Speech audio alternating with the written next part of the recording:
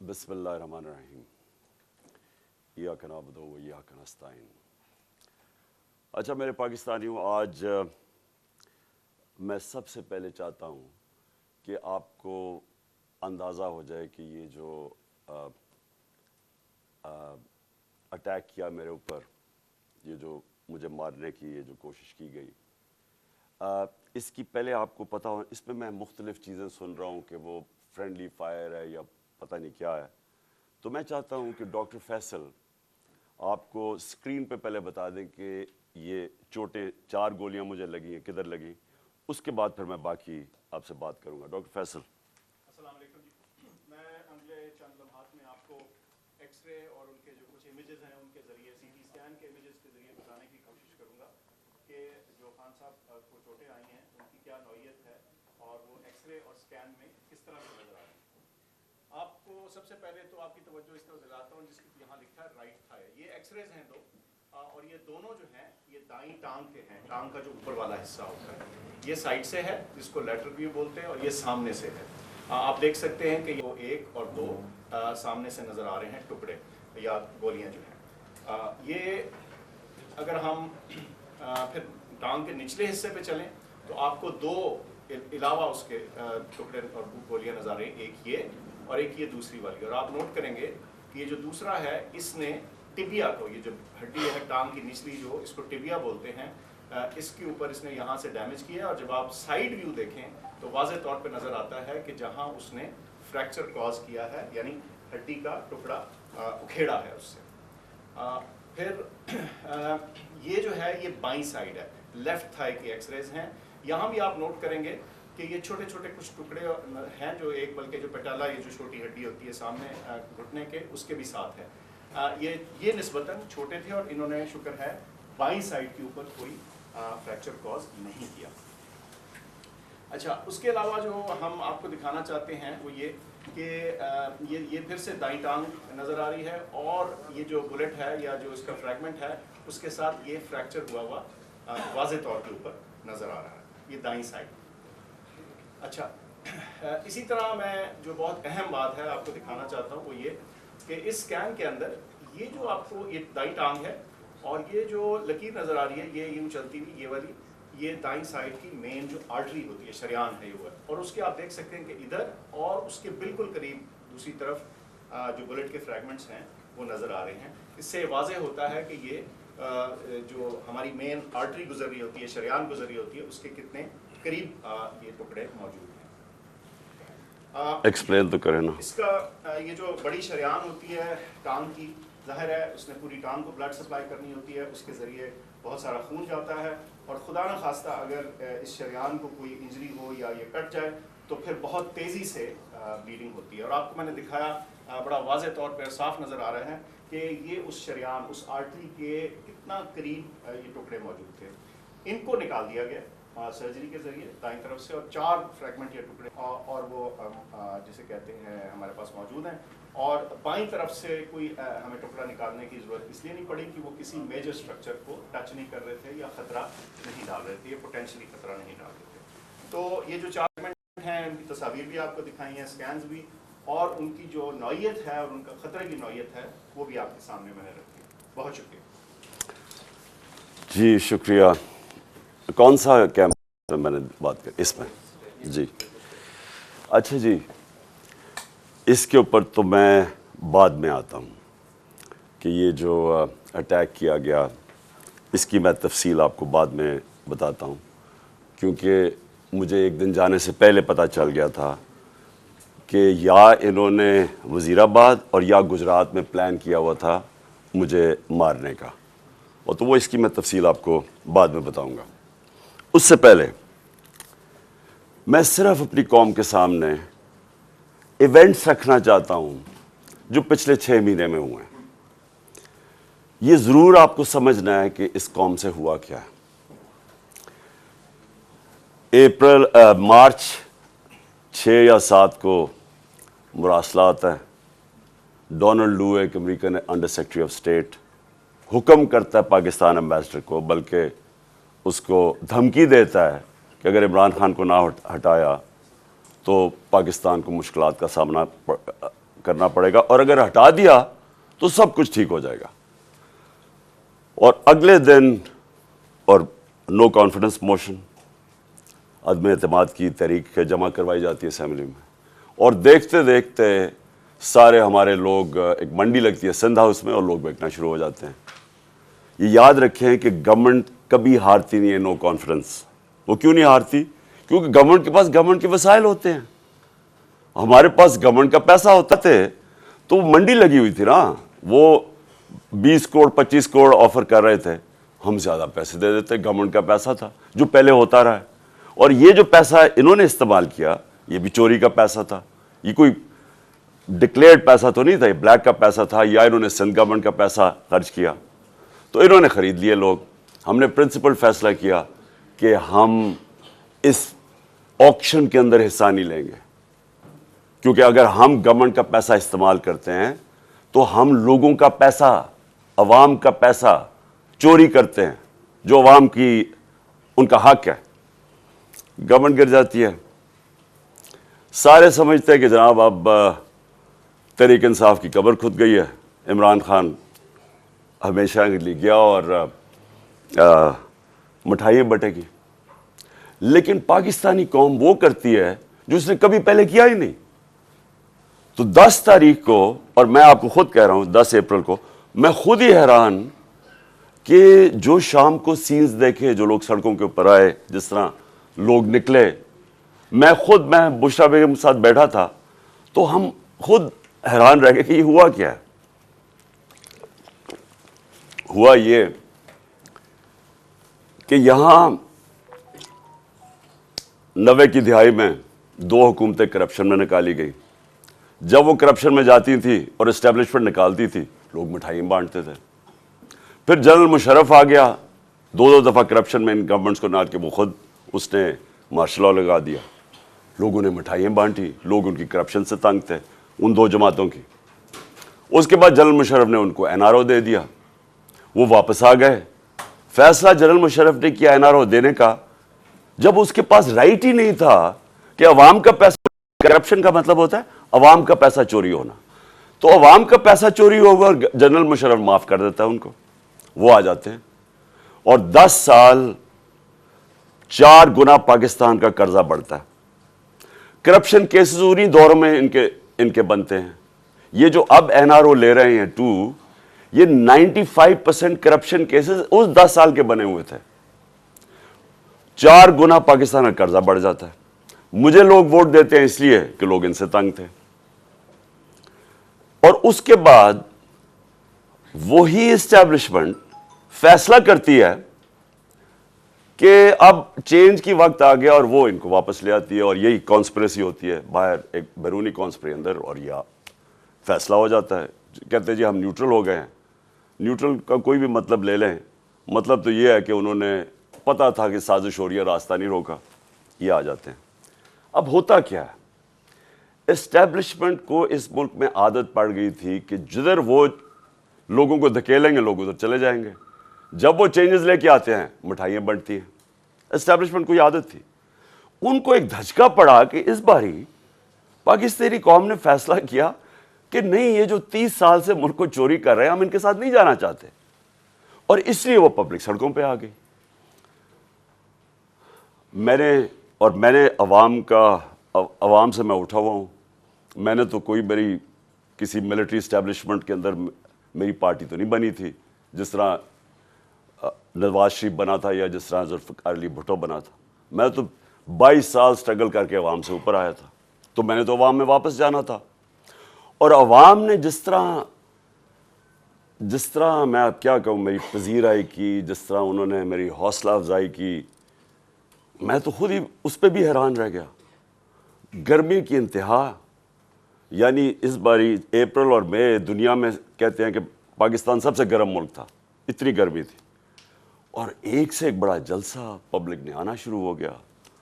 ہم نے ایک لانگ مارچ اناؤنس کی 25 مئی کو. جب ہم نے لانگ مارچ اناؤنس کی تو انہوں نے 3 لانگ مارچز ہمارے خلاف کی.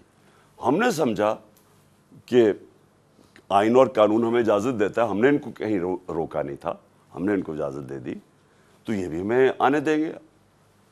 انہوں نے جو تشدد کیا, جو لوگوں کے گھروں میں 2-2 دن پہلے راتوں کے 3 بجے جا کے انہوں نے جس طرح کا تشدد کیا, نہ چادر نہ چار دیواری, لوگوں کو اٹھا کے لوگوں کو جیلوں میں ڈالا.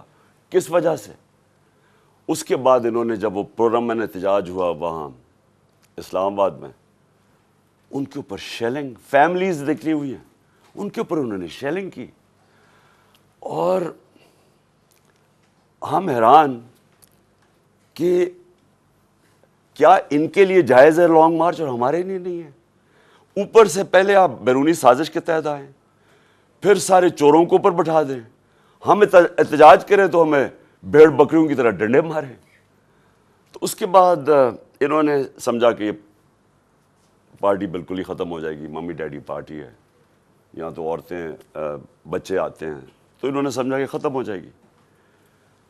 اور یہ سمجھے نہیں پاکستانی قوم کو, کیونکہ بند کمروں میں جب فیصلے ہوتے ہیں آپ کو نہیں پتا کہ گراؤنڈ کے اوپر کیا ہو رہا ہوتا ہے. جو انفارمیشن یہ لیتے ہیں, اگر ان کی انفارمیشن یہ کریکٹ ہوتی تو اس ملک میں اتنے زیادہ حادثے نہ ہوئے ہوتے. انفارمیشن کدھر سے آتی ہے, گراؤنڈ کا سچویشن نہیں پتا. جب دیکھ رہے ہیں کہ پبلک نکلی ہوئی ہے اور انہوں نے ریجیکٹ کر دیا ان کو, قوم نظر آ رہا ہے کہ امپورٹڈ گورنمنٹ کو ریجیکٹ کر رہی ہے, بس سائنس دیکھنے کے لیے جس طرح بھیڑ بکریوں کو مار مار کے سیدھے نہیں کرتے, وہ شروع ہو گیا کرنا. بائی الیکشن آیا 17 جولائی کو. 17 جولائی کے بائی الیکشن میں ساری گورنمنٹ کی مشینری استعمال ہوئی. الیکشن کمیشن نے ہر قسم کی دھاندلی کی ان کے لیے. ای وی ایم مشینز اس نے اس لیے نہیں آنے دی کیونکہ ان دونوں پارٹیز نے جعلی ووٹس رجسٹر کروائی ہوئی ہیں ہر حلقے میں. نہیں تو کامن سینس ہے کہ ساری ٹیکنالوجی کا استعمال کریں. جو 2015 کے اندر جو جوڈیشل کمیشن بیٹھی تھی دھاندلی پہ, اس میں ایک چیز واضح ہوگی کہ اگر آپ ای وی ایم مشینز لے آئیں تو 90% دھاندلی ختم ہو جاتی ہے. انہوں نے جان کے نہیں آنے دی, اس الیکشن کمیشن نے روکا. ان دونوں پارٹیز, انہوں نے مخالفت کی اور ہینڈلرز نے مخالفت کی, کیونکہ مینیپولیٹ نہیں ہو سکتے الیکشن. اس کے بعد بٹن دباؤ تو رزلٹ آ جاتا ہے. ہم حیران, ہم چاہ رہے فری اینڈ فیئر الیکشن. پہلی دفعہ گورنمنٹ نے کوشش کی اور انہوں نے اپوز کیا. اس کے باوجود پی ٹی آئی سویپ کر جاتی ہے, تحریک انصاف جیت جاتی ہے, سارے دنگ رہ جاتے. پھر بھی سائنس نہیں پڑھے کہ قوم کدھر کھڑی ہے. اس کے بعد مزید اور پریشر, دھمکیاں, اور اس کے بعد کیا ہوتا ہے کہ ایک چینج ہوتا ہے, ایک ہینڈلر آ جاتا ہے Islamabad, Faisal, general Faisal, major general Faisal. وہ کہہ کے آتا ہے کہ میں اب تمہیں بتاؤں گا کہ میں کیسے ان کو سیدھا کرتا ہوں. اور سختیاں شروع ہو جاتی ہیں. جو تحریک انصاف کے لیے میڈیا کور کر رہا ہے ان کے لیے سختیاں, جو تحریک انصاف کو فیور کر رہا ہے ان کے اوپر سختیاں. ہمارے ممبرز کو اپروچ کیا جا رہا ہوتا ہے کہ آپ ہمارے ایم پیز کو, یہ ذرا سنیں, ایم پیز کو ڈرایا دھمکایا جا رہا ہے کہ اس کو چھوڑو عمران خان کو. کیا ڈرایا دھمکایا جا رہا ہے کہ ہمارے پاس ہماری کرپشن کیسز ہیں. اگر وہ نہیں مل رہا ہے تو ہمارے پاس ویڈیوز ہیں, آپ کی گندی ویڈیوز ہیں, وہ ہم بلیک میل کرنے کے لیے. یہ تماشا ہو رہا پاکستان میں کہ ہماری اپنی ایجنسیز اپنی ڈیموکریٹک پروسیس کو چلنے نہیں دے رہی اور یہ استعمال کر رہی ہیں. بجائے ریئلائز کریں کہ آپ نے غلطی کر دی ہے. لوگ چور نہیں ایکسیپٹ کر رہے ہیں, اس کے باوجود ایک غلطی کو دہراتے جا رہے ہیں اور فورس کرتے جا رہے ہیں لوگوں کو. دھمکیاں آنی شروع ہو گئی. مجھے تب پتہ چلا کہ میرے اوپر ایک انہوں نے پلان بنایا, کیونکہ آپ اچھا پھر الیکشن کمیشن کو استعمال کیا جا رہا ہے, کسی طرح عمران خان کو ڈسکوالیفائی کرو. فورن فنڈنگ کیس, پتہ چلا وہ فورن فنڈنگ ہی نہیں ہے, اس کو ہمیں لٹکایا کہ فورن فنڈنگ میں اب پارٹی جائے گی. پتہ چلا وہ پروہیبٹیو فنڈنگ ہے, اس کے اندر پارٹی ڈسکوالیفائی نہیں ہو سکتی. ادھر سے چینج کر کے توشہ خانہ آ گئے. توشہ خانہ کا سارا ریکارڈ توشہ خانہ کے اندر پڑا ہے. جو چیز بھی ہے وہ اس کے اندر پڑی ہے, اس میں کوئی گنجائش ہی نہیں ہے چوری کی. اگر آپ ہے تو وہ ایک دم پکڑے جاتی ہے. توشہ خانہ کیس چلا گیا, اس میں جی اب توشہ خانہ میں ڈسکوالیفائی کر دیتا ہے. وہ وکیل جا کے اس سے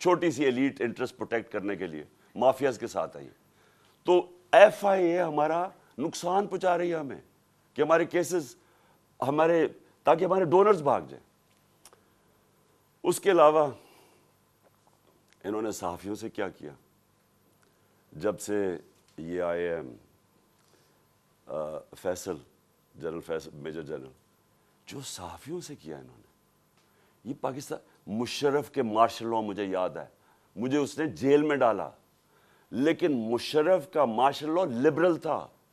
اس کے مقابلے میں جو آج کل ہو رہا ہے، جو صحافیوں سے ہو رہا ہے، جو عمران ریاض اس کو پکڑ کے جیل میں، پھر ایاز امیر اس کو مار پٹوائی، ذلیل کروایا، سمیع ابراہیم سینئر ریسپیکٹڈ لوگ، اس کو غلام حسین تقریباً 80 سال کا، اس کو پکڑ کے جیل میں ڈال دیا. اور جو ارشد شریف سے کیا، یعنی یہ قوم کبھی معاف ہی نہیں کرے گی ان لوگوں کو جنہوں نے ارشد شریف میری نظر میں پاکستان کا نمبر 1 انویسٹیگیٹو جرنلسٹ تھا اور نمبر 1 کریڈیبلٹی تھی. سب کو پتا تھا کہ یہ بکتا نہیں ہے، سب کو پتا تھا اس کا خوف کسی سے نہیں ہے. اس سے جو کیا ہے، ملک سے باہر بھاگ، مجھے پتا ہے اس کے پیچھے کون پڑا ہوا تھا. ارشد شریف کے گھر والوں کو پتا ہے کہ کون پڑا ہوا تھا اس کے پیچھے، صحافیوں کو پتا ہے کہ کون اس کے پیچھے پڑا ہوا تھا کہ کیوں اس کو ملک چھوڑ کے جانا پڑا، اور پھر کیوں وہ دبئی سے آگے جانا پڑا اس کو. سب کو پتا ہے کہ کون پیچھے پڑا ہوا تھا اس کے. اور جو اس کی شہادت ہوئی، یہ اس ملک کی تاریخ کا میں سمجھتا ہوں افسوسناک موڑ ہے کہ جتنی صحافت اوپر چلی جاتی ہے، معاشرے کو وہ لفٹ کر دیتی ہے، معاشرے کے ویلیوز لفٹ کر دیتی ہے، معاشرے کو امر بالمعروف پہ لگا دیتی ہے. یہ صحافیوں کا کام ہوتا ہے، موریلٹی معاشرے کی ریز کریں. اور جدھر کون آج کل فیورٹس بنے ہوئے ہیں؟ لفافے، جو ضمیر بیچنے والے صحافی جن کی کریڈیبلٹی کوئی نہیں ہے. آپ صرف یہ دیکھ لیں کہ کن لوگوں کی آج ویورشپ اوپر ہے اور کن کی نیچے ہے، آپ کو پتہ چل جائے گا عوام کدھر کھڑی. عوام بیوقوف نہیں ہے. یہ جو عوام آپ کو بار بار میسیجز بتا رہی ہے کہ وہ ایک ابراہیم لنکن کی سینگ ہے کہ you can't fool all the people all the time. تھوڑا وقت سب کو پاگل بنا سکتے ہیں، سارا وقت کبھی کوئی انسان نہیں، معاشرہ پاگل نہیں بن سکتا. تو لوگوں کو پتہ ہے کیا ہو رہا ہے اور لوگ بتا رہے ہیں. پھر الیکشن ہوا، بائی الیکشن ہوا ہمارا، 9 سیٹوں پہ میں کھڑا ہوا صرف ایک پوائنٹ بتانے کے لیے کہ عوام کدھر کھڑی ہے. 9 سیٹوں میں سے 8 جیتا. یہ ورلڈ ریکارڈ ہے، دنیا میں کبھی ایک پارلیمنٹیرین 12 سیٹیں نہیں ایک اسمبلی میں جیتا. پھر عوام بتا رہی ہے وہ کدھر کھڑے ہیں، لیکن نہیں، عوام کی نہیں سننی. کسی طرح عمران خان کو ڈسکوالیفائی کرو، کسی طرح اس کے اوپر کیسز بناؤ، کسی طرح اس کو گندا کرو، اس کے اوپر مڈ سلنگنگ کرواؤ، اس کو ثابت کرو کہ یہ بھی باقیوں کی طرح ہے، اور یہ ثابت کرو کہ جناب یہاں پولیٹیشنز یہ تو سارے ایک ہی طرح کے ہیں، اور جو بھی فیصلہ ہوگا وہ پیچھے بیٹھ کے ہینڈلرز کریں گے. لیکن جب انہوں نے دیکھا جلسے ریکارڈ، میں پتہ نہیں 60-70 کتنے جلسے کر بیٹھا ہوں، میں نے کبھی پاکستانی قوم کو ایسے نہیں نکلتے دیکھا. الیکشن رزلٹس آپ کے سامنے ہیں. انہوں نے فیصلہ کیا، اور فیصلہ پہلے کیا مجھے مروانے کا. 4 لوگوں نے بند کمرے میں فیصلہ کیا مجھے مروانے کا. میں ٹی وی پہ جا کے لوگوں کو بتایا کہ انہوں نے فیصلہ کیا. میں نے ویڈیو بنائی، 4 لوگوں کے نام میں نے دیے، میں نے ویڈیو باہر رکھی ہوئی ہے کہ اگر مجھے کچھ ہوا یہ ویڈیو ریلیز کریں گے، تاکہ یہ 4 لوگ یہ نہ ہو کہ یہاں ہمیشہ کوئی مر جاتا ہے تو اس کا کوئی پوچھتا نہیں ہے بعد میں. تو میں کہا تاکہ قوم کو، دنیا کو پتہ ہو، میرے ملک کو پتہ ہو کہ کس نے یہ کیا ہے. اس کے بعد یہ فیصلہ، یہ بند کمروں میں کہ اس کو اب کسی طرح عمران خان کو مارو.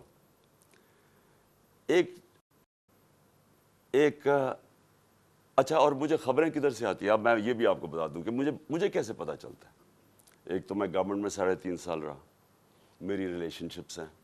اداروں کے اندر لوگوں کو میں جانتا ہوں، ایجنسیز کے اندر لوگوں کو میں جانتا ہوں.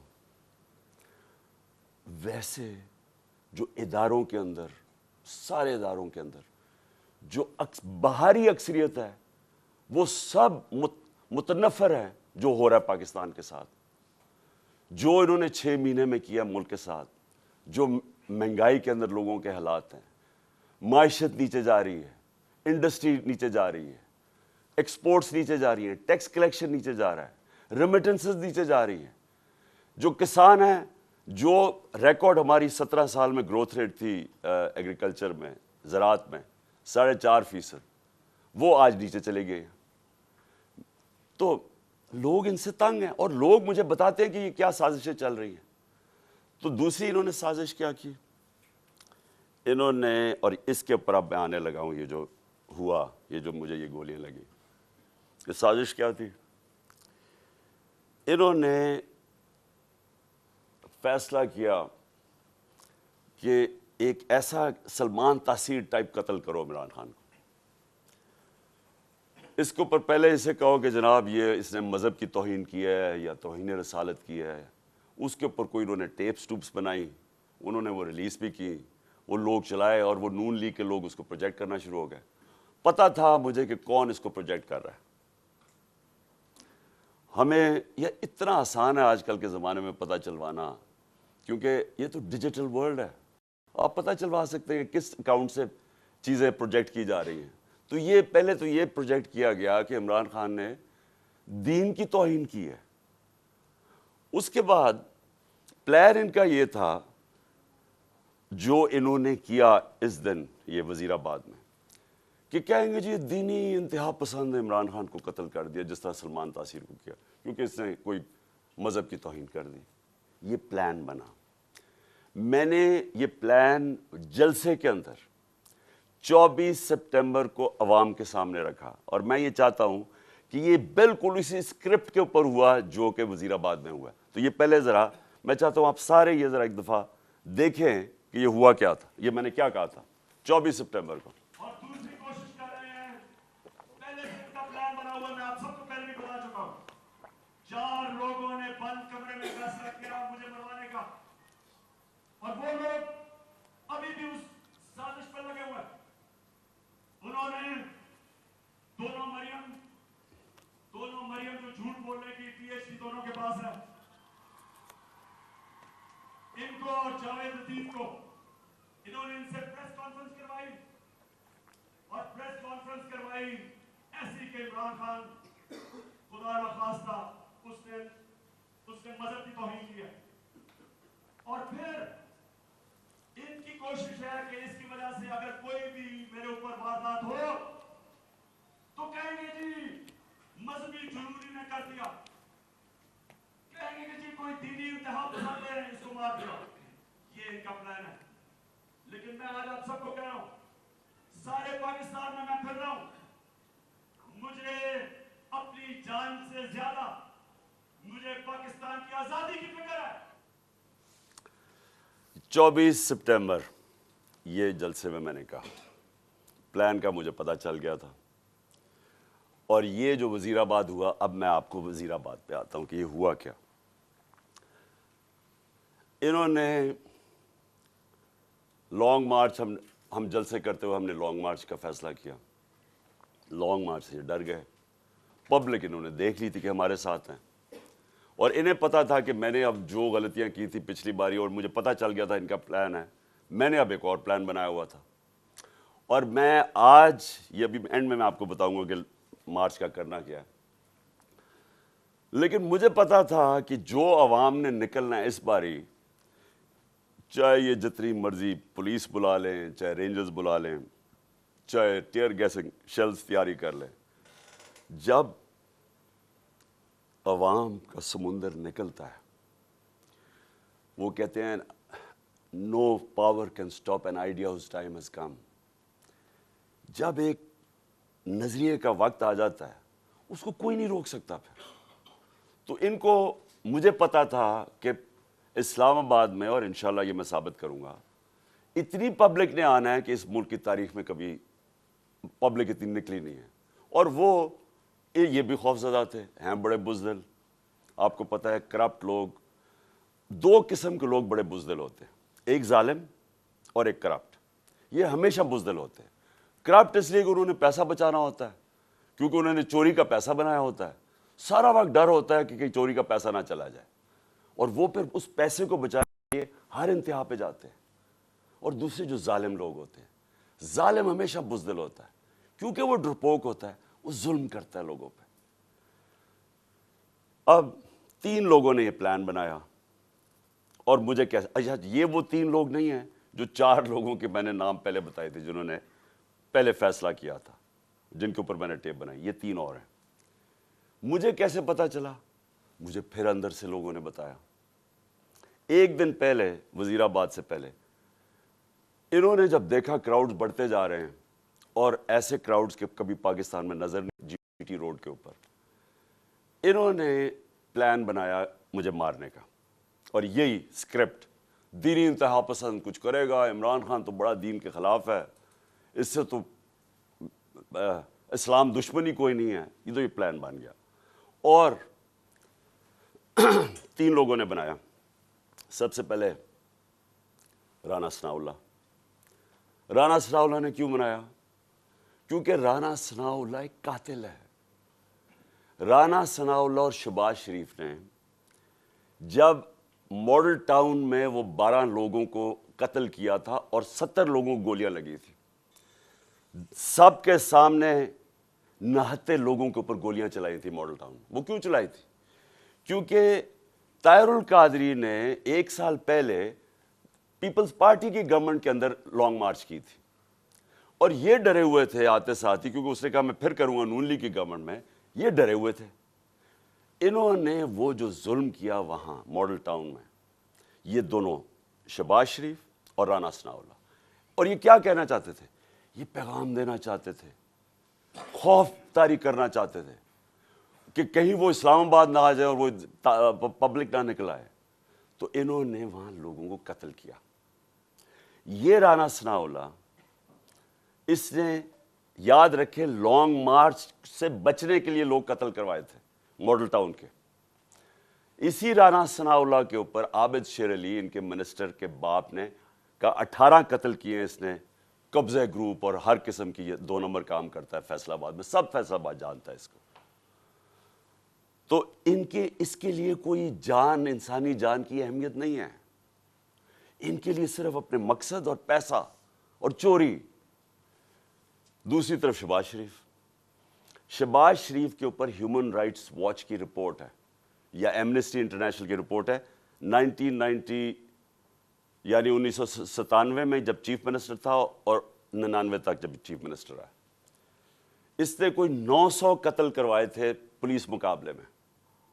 عابد باکسر نے ٹی وی کے اوپر آ کے سٹیٹمنٹ دی تھی کہ یہ کیسے لوگوں کو مرواتا تھا پولیس مقابلے میں. یہی شہباز شریف جب اس کا ایف آئی اے میں 16 ارب جو کیس تھا اور 8 ارب کا اس میں نیب میں, تو جو 16 ارب کے کیس تھے جو نوکروں کے ملازموں کے نام میں رمضان شوگر مل کے انہوں نے پیسہ لیا اور پھر اپنے خاندان میں بانٹا, انہوں نے 5 ملازموں کو وہ مرے ہارٹ اٹیک سے. 2 آتے ساتھ ہی 2 مہینے میں 5 گواہ مرے. اور جو چھٹا ڈاکٹر رضوان تھا جو انویسٹیگیٹ کر رہا تھا ان کی ایف آئی اے کی, جس نے انویسٹیگیٹ کیا تھا یہ ان کا جو فیک اکاؤنٹس اور یہ جو نوکروں کے نام پہ پیسہ لیا تھا, وہ بھی ہارٹ اٹیک سے مرتا ہے. یہاں ڈاکٹر بیٹھے ہوئے ہیں, آپ کو بتائیں گے کہ ایک طریقہ ہوتا ہے انڈیوسڈ ہارٹ اٹیک کا, پتہ بھی نہیں کسی کو چلتا کیا ہوا. تو کبھی کسی نے انویسٹیگیٹ نہیں کیا کہ آتے ساتھ ہی لوگ ایک دم 2 مہینے میں 6 لوگ ہارٹ اٹیک کیسے مر گئے. کبھی کسی نے یہ نہیں انویسٹیگیٹ کیا کہ رانا ثناءاللہ کے اوپر جو کوئی ایک کسٹم آفیسر یا وہ کوئی اس کا اس کی کوئی انویسٹیگیشن تھی, اس نے کیسے ایک دم خودکشی کر لی.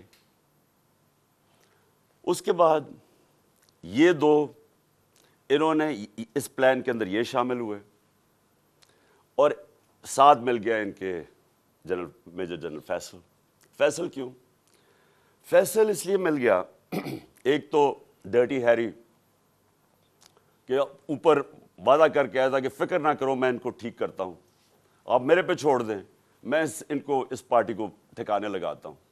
اور اس دن جو میں نے شروع میں بتایا کہ دھمکیاں یہ وہ جو اس نے ظلم کرنا, سوشل میڈیا کے لوگوں کو, بچوں کو اٹھا لیں کہ تم نے یہ کیوں کیا, مار کے پھینٹا پھوٹا لگا کے ان کو گھر لے آئیں, گھر بھیج دیں. خوف پھیلایا ہوا ہے کہ فکر نہ کرو. جس طرح ہم کوئی دشمن ہیں, ہم کوئی بیرونی لوگ ہیں جو کہ ملک کے غدار ہیں, اس طرح ٹریٹ کیا. تحریک انصاف جو مدد کرے یہ جناب فیصل صاحب ہم کریں گے.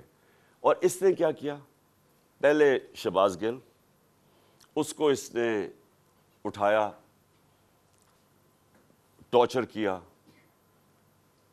اس کو ننگا کیا, تصویریں کھینچی, تشدد کیا, اور اس کا جو ابھی تک وہ ریکور نہیں کیا جو اسے کیا.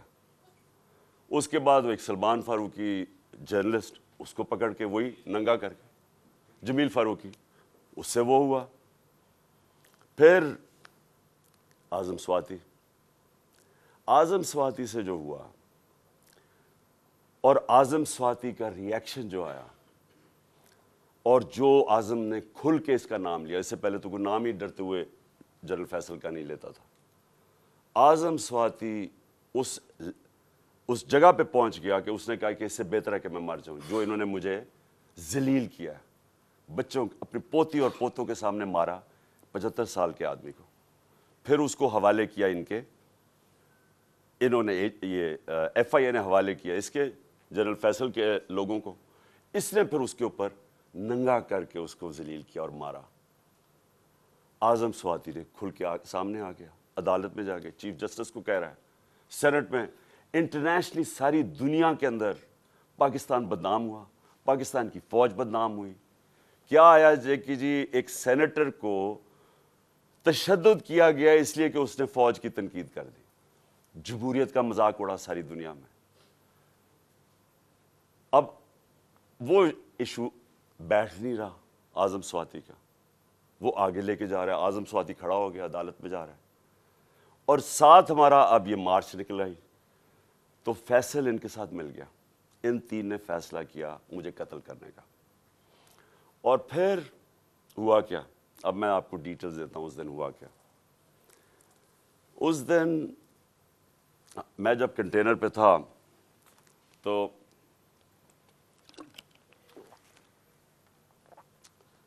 ایک دم گولیوں کا ایک برسٹ آتا ہے,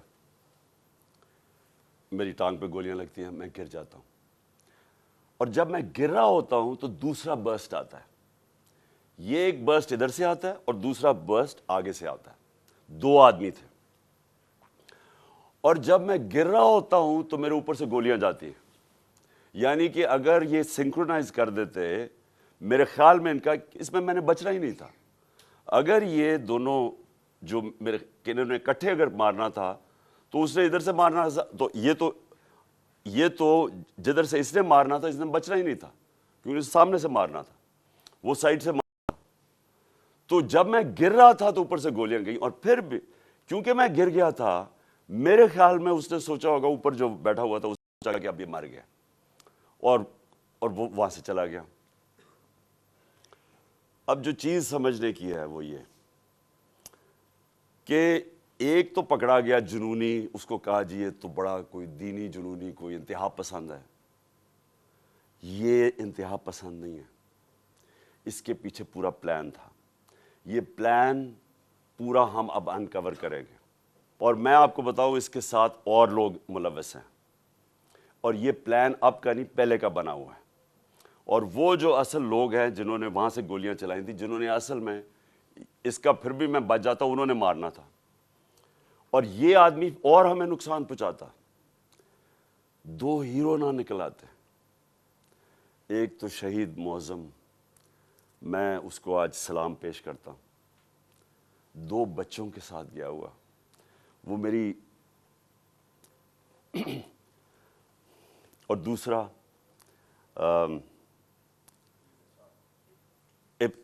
ابتسام,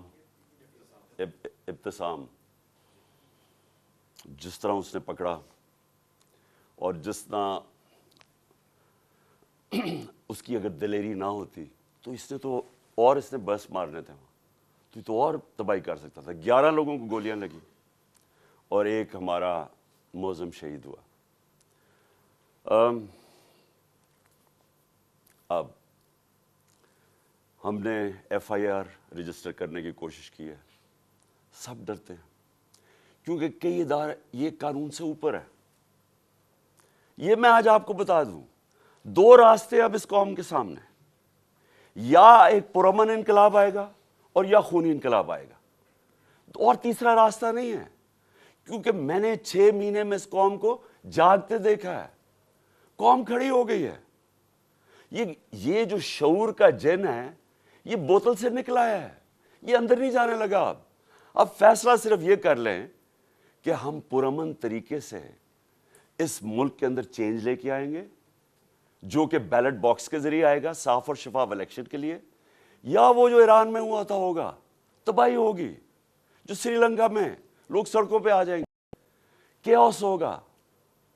یہ جماعت جس کو ان 3 لوگوں نے مجھے قتل کرنے کی کوشش کی اور اللہ نے بچایا، جس طرح ابھی ڈاکٹر فیصل نے کہا کہ یہ جو گولی میری یہ ادھر اوپر کی ٹانگ پہ لگی، وہ ایک گولی میری جو وہ اصل آرٹری ہے اس کے نیچے سے نکل گئی اور ایک اس کے پاس آگے رک گئی۔ اگر وہ رپچر ہو جاتی تو 20 منٹ میں انسان مرتا ہے، 20 منٹ میں سارا خون نکل جاتا ہے۔ اگر تو سیدھا ہاسپٹل نہ ہو 20 منٹ میں مر گیا آدمی۔ تو اللہ نے اگر مجھے یہ بچایا ہے، جو مجھے آج زندہ رکھا ہے، یہ صرف اللہ کا کرم ہے۔ انہوں نے تو پوری کوشش، کوئی کسر نہیں چھوڑی تھی۔ انہوں نے تو ایک ادھر سے اور ادھر سے سامنے والے نے مارنا تھا۔ اور پھر سوال میں پوچھتا ہوں، سب سے بڑی پاکستان کی پولیٹیکل پارٹی، اس کے سربراہ، جو واحد فیڈرل پارٹی رہ گئی ہے پاکستان میں، یہ 2 فیملی پارٹیز سکڑ کے چھوٹی چھوٹی پارٹیز رہ گئی ہیں۔ میں چیلنج کر کے جاؤں گا سندھ میں، اور انشاءاللہ یہ زرداری مافیا کو سندھ میں ہرا کے دکھاؤں گا آپ کو۔ سندھ کے لوگ اس سے تنگ ہیں، ان کو سب سے زیادہ غلام ادھر بنایا ہوا ہے، ان کو وہ سب سے زیادہ آزادی طلب کر رہے ہیں۔ اور یہ شریف خاندان، میں چیلنج کرتا ہوں، یہ کدھر کسی سیٹ پہ میرے سے مقابلہ کرے۔ نواز شریف آئے، کہتے ہیں نا اسے آئے، اتنی کوششیں کر رہی ہیں، این آر او سب کو دے دیا ہے، سارے چوروں کو، منی لانڈرر ساروں کی عید ہو گئی ہے، وہ کہتی ہے مریم لیول پلینگ فیلڈ، چیلنج کرتا ہوں کسی سیٹ میں پنجاب میں میرے سے مقابلہ کر لیں، کیونکہ پبلک چینج ہو گئی ہے۔ یہاں ایک جاگی ہوئی قوم ہے، ان کو بھیڑوں کی طرح نہ ٹریٹ کریں۔ اور چیف جسٹس صاحب، میں آپ سے مخاطب ہوں، دیکھیں یہ ملک ترقی نہیں کر سکتا جب تک رول آف لا نہیں ہوگا۔ میں ساری دنیا پھرا ہوں، 70 سال میری عمر ہے، میں نے مغربی دنیا اندر سے دیکھی ہوئی ہے۔ میں جب 18 سال کا انگلینڈ گیا تو میں نے پہلی دفعہ رول آف لا دیکھا۔ مجھے تو پتہ ہی نہیں تھا، کیونکہ ہم تو ملٹری ڈکٹیٹرشپ میں بڑے ہوئے تھے یہاں 60s میں۔ تو پہلی دفعہ میں نے ایک فلائی ریاست دیکھی، وہ کیا ہوتی ہے، اور رول آف لا دیکھا کہ قانون سب کے لیے ایک برابر، کوئی طاقتور وہاں قانون کے اوپر نہیں تھا، کوئی وہاں قبضہ گروپ نہیں تھے، ان کی عدالتیں ان کمزور کی حفاظت کرتی ہیں۔ وہاں اگر آپ کے پاس پیسے نہیں ہیں، لیگل ایڈ دیتی ہیں کہ ایک عام آدمی جا کے عدالت میں کیس لڑ سکے۔ وہاں کسی کی جرت نہیں ہے، کسی طاقتور کی جرت نہیں ہے کسی پہ ظلم کرے، اس لیے وہ کامیاب معاشرے ہیں، اس لیے وہاں خوشحالی ہے۔ میرے سامنے میری زندگی میں دیکھتے دیکھتے سنگاپور، جو ایک پاکستان کا مقابلہ ہی نہیں کوئی کر سکتا تھا، پاکستان سب سے تیزی سے ترقی کر رہا تھا 60s میں، ہم تو مثال تھے دنیا کی، اور کہاں سنگاپور ہمارے سے نیچے شروع ہوا۔ آج ہمارا جو پر کیپٹا انکم ہے وہ پتہ نہیں $2000 ہوگا، سنگاپور کا $60,000 ہے، کیونکہ ان کے اسٹیٹسمن لی کوان یو نے سب سے پہلے زور آیا قانون کی بالادستی قائم کرنے کے لیے، اور اس نے جب قانون کی بالادستی ہوتی ہے تو کرپشن ختم ہوتی ہے۔ کرپشن تب ہوتی ہے جس ملک کے اندر قانون کی حکمرانی نہیں ہوتی، جب جب کوئی قانون سے اوپر نہیں ہوتا, جب کسی کو NRO نہیں ملتا, جب لوگوں کو پتا ہوتا ہے کہ آپ جرم کریں گے, آپ جتنے بھی طاقتور ہیں آپ کو سزا ملے گی, صرف تب ایک معاشرے کے اندر انصاف ہوتا ہے اور وہ معاشرے میں پھر خوشحالی آتی ہے. ہمارے نبی صلی اللہ علیہ وسلم نے مدینہ کے اندر غربت تھی, لیکن انہوں نے پہلے انصاف قائم کیا, عدل اور انصاف. فلاحی ریاست بنائی اور عدل اور انصاف قائم کیا, رحم دل ریاست بنائی اور عدل انصاف قائم کیا. اس کے بعد خوشحالی آئی, پہلے خوشحالی نہیں آئی. ہم کیوں نہیں آگے بڑھ رہے؟ میں ابھی آپ کے سامنے مثال دے رہا ہوں کہ ملک کی سب سے بڑی پارٹی کا جو سربراہ ہے اس کو انصاف نہیں مل رہا. اس کو ایسے جو میرے سے چیف جسٹس صاحب جو 6 مہینے میں میرے سے کیا گیا ہے, میں آپ کو یقین دلاتا ہوں کہ کوئی ملک اپنے دشمن سے نہ کرے. میں وہ پاکستانی ہوں, اس ملک کے سارے ہائیسٹ سول ایوارڈ جیتے میں نے. سب جانتے ہیں کرکٹ کی دنیا میں نے پاکستان کی عزت بڑھائی, کم نہیں کی. یہ شوکت خانہ میں بیٹھا ہوں, یہ انٹرنیشنل رناؤنڈ ہاسپٹل ہے, 75% کینسر کے مریضوں کا مفت علاج کرتا ہے, سب سے بڑا خیراتی ادارہ ہے. دوسرا پشاور میں کھلا ہے, تیسرا کراچی میں کھول رہے ہیں جو اس سے بھی بڑا ہوگا. 2 یونیورسٹیز بنائی ہیں, القادر یونیورسٹی جو کہ 100% فری ڈگریز دے رہی ہے لیڈرشپ کے اندر, سیرت نبی کے اندر, اور دوسری طرف نمل یونیورسٹی جدھر 90% اسٹوڈنٹس کو مفت تعلیم مل رہی ہے اور 85% جیسی ڈگری لیتے ہیں ان کو نوکریاں مل جاتی ہیں. 2 یونیورسٹیز, 2 ہاسپٹل, تیسرا ہاسپٹل. یہ دنیا میں کوئی جانتے ہیں کسی پولیٹیشین نے ایک بھی بنایا ہو؟ کوئی اس ملک کی تاریخ میں کسی نے کچھ کیا ہو؟ اور پھر ایک پارٹی بنائی جو کہ سب سے بڑی آج پارٹی ہے پاکستان, 12 سیٹیں جیتا ہوں. اگر میرے سے یہ ہو رہا ہے, میرے گھر کے اوپر میرے نوکروں کو پیسے دیے گئے میرے خلاف جاسوسی کرنے کے لیے, ڈیوائس رکھنے کے لیے, گھر کے نوکروں کو میری فون کالز, جو میری پرائم منسٹر کی فون کالز تھی ان کی ریکارڈڈ کر کے ریلیز کی گئی ریکارڈنگز, آفیشیل سیکرٹس ایکٹس کی وائلیشن ہے. لوگوں کو جو ہمارے ڈونرز تھے ان کو ڈرایا دھمکایا گیا. ہر حربہ جو استعمال ہو سکتا ہے کہ ایک دشمن کے خلاف, وہ میرے خلاف. یعنی یہ میسج پہنچواتا ہے یہ جو الیکشن کمیشن ہے, جی میں نہیں کر رہا, پیچھے سے مجھے حکم ہے. FIA والے جو پھر ہم نہیں کر رہے جی, ہمیں پیچھے سے حکم ہے. وہ 25 مئی میں وہ جو پولیس والوں نے ظلم کیا تھا ہم کیا کریں جی, ہمیں پیچھے سے حکم ہے. یعنی یہ ایک پاکستان کی جمہوری پارٹی سے مذاق ہو رہا ہے, ظلم ہو رہا ہے. یہ قوم کو تباہ کر رہے ہیں, قومیں تباہ ہوتی ہیں ایسے. ایسٹ پاکستان میں کیا ہوا تھا؟ سب سے بڑی جو جماعت الیکشن جیتی اسی کے خلاف ملٹری ایکشن کر دیا. ان کو جو رائٹ تھا ان کا وہ نہیں دیا.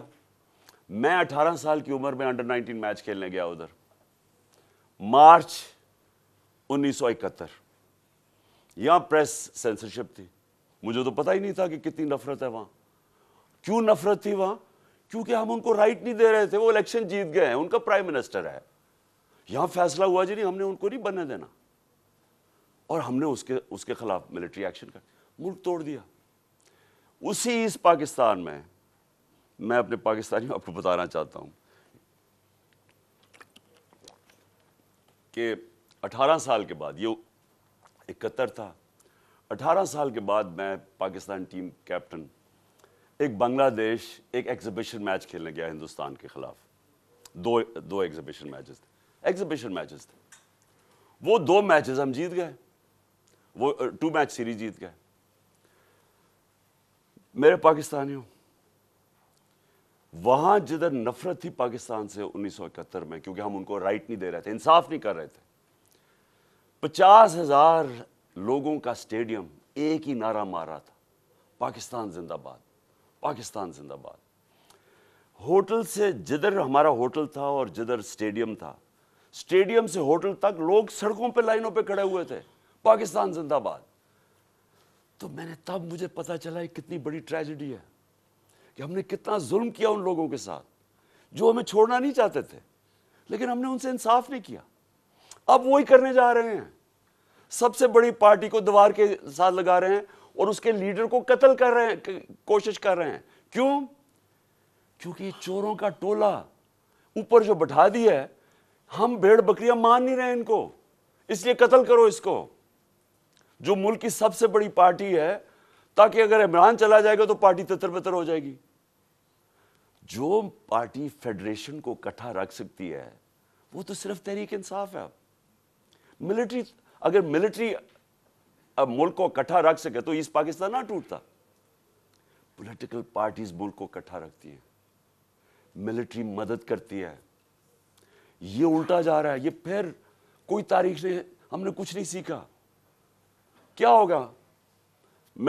مجھے پتا تھا جس دن میں نکل رہا تھا، مجھے پتا تھا کہ یا آج یا کل انہوں نے میرے پہ کوئی واردات کرنی ہے، کیونکہ مجھے پوری میسج آئی کہ جناب یہ انہوں نے اب مجھے کہا کینسل کر دیں، اب نہ جائیں، انہوں نے مار دینا آپ کو.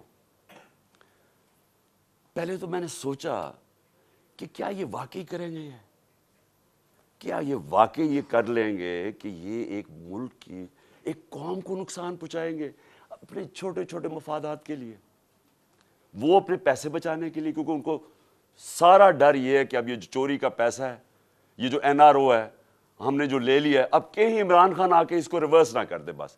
تو انہوں نے تو قتل اور جانا سلام اللہ، ان سے کیا ایکسپیکٹ کرتے ہیں.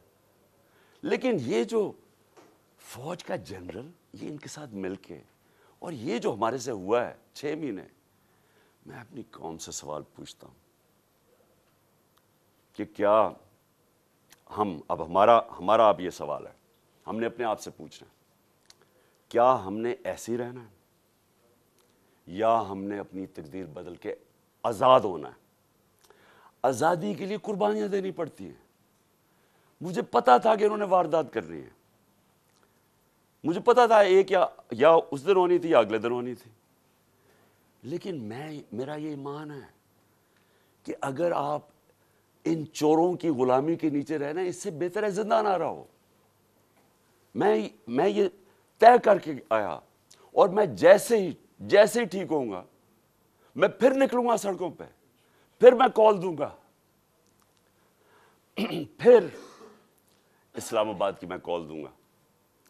اس لیے کہ اس قوم کے اوپر اگر ان چوروں نے اور ان ظالموں نے حکمرانی کرنی ہے، اور اگر ہم بحیثیت قوم اس کو ایکسپٹ کر گئے، تو اس لیے پاکستان نہیں بنا تھا. یہ بڑی خواب تھی، اس لیے لاکھوں لوگ مرے نہیں تھے، شہادتیں نہیں ہوئی تھی. میں لاہور میں بڑا ہوا ہوں، ایک گھر نہیں تھا جو ایسٹ پنجاب سے ہے جدھر لوگوں کی قربانیاں، عورتیں بچے جس طرح قتل عام ہوئی تھی. یہ بڑی قربانی کے بعد ملک بنا تھا. قائد اعظم جب پاکستان لینڈ کیا، انہوں نے 3 ہفتے پہلے، انہیں پتا تھا انہوں نے زندہ نہیں رہنا. کسی کو نہیں بتایا کہ کہیں اگر دشمنوں کو پتا چل گیا تو وہ انہیں پتا کہ اگر قائد اعظم فوت ہو گئے تو یہ ملک نہیں بنے گا.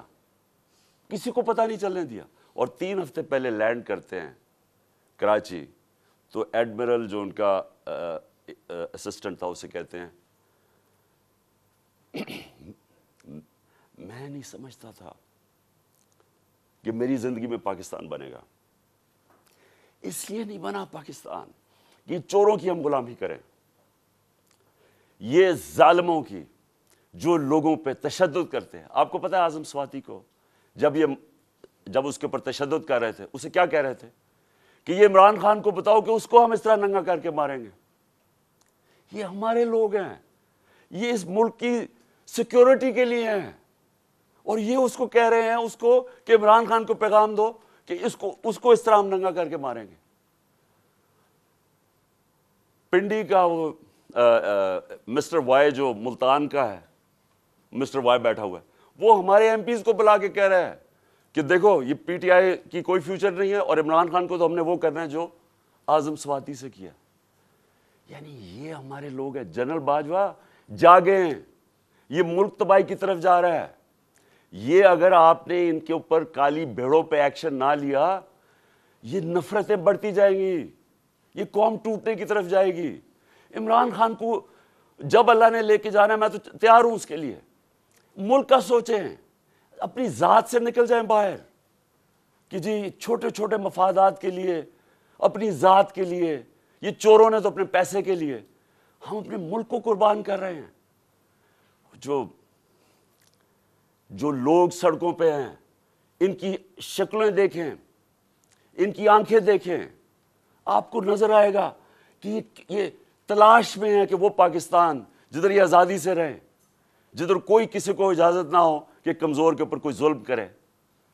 تھانے کچہری کے اندر بیچارہ غریب آدمی ٹھوکریں کھاتا پھرتا ہے, اس کو انصاف نہیں ملتا, اس کی زمینوں پہ قبضے ہو جاتے ہیں, اور یہ بڑے بڑے ڈاکو ہر باری آ کے اپنی ساری چوری معاف کروا لیتے ہیں. 1100 ارب روپے کی یہ چوری معاف کروا رہے ہیں اپنے, 1100 ارب روپے کا NRO لے رہے ہیں, ملک کو تباہی کے اندر ڈال کے, معیشت تباہ کر کے, مہنگائی میں لوگوں کو پھنسا کے, اور صرف اپنے پیسے بچانے کے لیے NRO لے رہے ہیں, اور ان کو کوئی فکر ہی نہیں ہے. ملک کو جو مرضی ہو, ان کے تو پیسے باہر پڑے ہوئے ہیں, ان کے لیے ہمیں ہمارے اوپر تشدد کیا جا رہا ہے, جس کا جینا مرنا پاکستان میں ہے. جن کے پیسے ہی باہر پڑے ہوئے ہیں, جو عیدیں باہر ہیں, جو ان کی شاپنگ باہر ہے, بچے باہر ہیں, جنہوں نے جائیدادیں باہر بنائی ہوئی ہیں, بلینز آف ڈالر کی پراپرٹی ہے, ان کے لیے ہمیں قربان کر رہے ہیں. اور غدار پھر کون رہا؟ کون ہے پاکستان کا غدار؟ میرے اوپر غداری کا پرچہ کر دیا. شہباز گل کے اوپر کسٹوڈیل ٹارچر ہوئی, یہ دنیا میں بینڈ ہے. اس کے اوپر میں نے آواز اٹھائی اور میں نے کہا کہ جس نے ریمانڈ میں بھیجا اس آدمی کو جس کے اوپر کسٹوڈیل ٹارچر ہو, اس کے اوپر قانونی کارروائی کریں گے. میرے پہ دہشت گردی کا پرچہ لگا دیا. تو یہ پاکستان کدھر جا رہا ہے؟ ہم وہ خود بھولے نا, جو قوم اپنے نظریے سے ہٹتی ہے وہ مر جاتی ہے. ہمارا تو نظریہ تھا, ہمارا نظریہ ہے اسلامی فلاحی ریاست, جو مدینہ کی ریاست کے اوپر بیس کرنی تھی. علامہ اقبال کی شاعری تو پڑھ لیں ساری, وہ سارا وقت جگاتا رہا علامہ اقبال, غلام مسلمانوں کو جگانے کی کوشش کر رہا تھا کہ غلاموں کی کوئی زندگی نہیں ہے, پرواز صرف شاہین آزاد کی ہے. اور آزادی تب آتی ہے جب انصاف ملتا ہے. انصاف جب تک نہیں ملتا وہ قوم آزاد نہیں ہوتی. یا انصاف ہی نہیں ہے چیف جسٹس صاحب. یہاں میں آپ کو گارنٹی کرتا ہوں کہ جب تک یہ ریزائن نہیں ہوں گے تفتیش ہی نہیں ہو سکتی. تینوں تو وہ ملوث ہیں جن کے نیچے تفتیش ہے. تو چیف جسٹس صاحب اس ملک کو بچائیں. آپ کی بڑی ذمہ داری ہے. اللہ جتنا بڑا ہمیں مقام دیتا ہے اتنی بڑی ہمیں ذمہ داری ڈالتا ہے. آخرت میں ہماری ججمنٹ ہوگی کہ ہم جو اللہ نے ہمیں نعمتیں بخشی ہیں ان کو ہم نے کیسے استعمال کیا ہے, اپنی ذمہ داری انسانیت کے لیے پوری کی یا نہیں کی. اللہ آپ سے پوچھے گا کہ یہ جو اعظم سواتی جو اسے ہوا ہے کہ کوئی سو موٹو ایکشن نہیں لینا تھا. کیا یہ جو شہباز گل سے ہوا ہے کوئی آپ کی ذمہ داری نہیں ہے؟ کوئی رول آف لا نہیں ہے اس ملک میں؟ وہ تو آپ نے امپلیمنٹ کرنا ہے. اگر طاقتور کے لیے ایک قانون ہے, کمزور کے لیے دوسرا ہے, ملک کی تو فیوچر ہی کوئی نہیں ہے. کیونکہ میرے نبی صلی اللہ علیہ وسلم نے 1500 سال پہلے تقریباً انہوں نے کہہ دیا تھا کہ وہ قومیں جو کمزوروں کو, چوروں کو جیلوں میں ڈالتی ہیں اور طاقتور ڈاکوؤں کو پکڑتی نہیں ہیں وہ تباہ ہو جاتی ہیں. آج ساری جو ڈیولپنگ ورلڈ ہے وہ کیوں غریب ہے؟ کیونکہ وہاں طاقتور قانون کے اوپر ہے. اور اگر سنگاپور اوپر گیا تھا تو ان کے اسٹیٹسمن نے طاقتور کو قانون کے نیچے لے, اس کی سٹوری پڑھ لیں کہ کیسے اس نے سنگاپور کو اٹھایا تھا. پہلے انصاف لے کے آیا, انصاف سے کرپشن ختم ہوئی اور اس کے بعد خوشحالی آ گئی. شیر شاہ سوری سب سے بڑا مانا جاتا ہے کہ یہ جو بادشاہ تھے ہندوستان کے سب سے بڑا. کیا کیا شیر شاہ سوری؟ کدھر سے شروع ہوا؟ جو اس کو جاگیر ملی بہار میں, اس نے کیا کیا؟ اس نے رول آف لا قائم کر دیا. اس نے سارے بڑے بڑے ڈاکوؤں کو ختم کر دیا. اس نے وہاں انصاف کر دیا. سارے تاجر ارد گرد کی جاگیروں سے چھوڑ کے تو شیر شاہ سوری کی جاگیر میں آ گئے. وہاں خوشحالی آ گئی کیونکہ وہاں انصاف تھا. ادھر سے وہ کھڑا ہوا اور ادھر سے اس نے جب ہندوستان کی